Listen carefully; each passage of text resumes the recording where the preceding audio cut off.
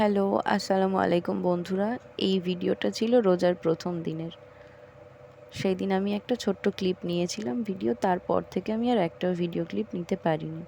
তো প্রথমে এখানে সকালে ইরাকে খাওয়াতে দিয়ে দিলাম, খেয়ে পানি খাইয়ে তারপর আমার ঘরটাও তো প্রচণ্ড অগোছালো হয়েছিল, ঘরটা আস্তে আস্তে গুছিয়ে নিলাম ওকে নিচে দিয়ে রেখে।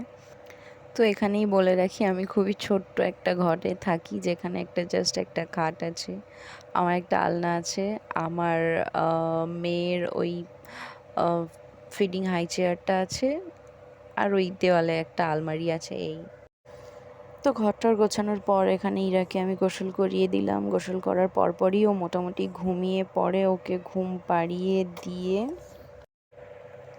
আর এটা হচ্ছে আমাদের নিচের ঘর। তারপর ওকে ঘুম পাড়িয়ে দিয়ে রান্নাঘরে এসে ওর খাবার দাবার বসিয়ে দিলাম।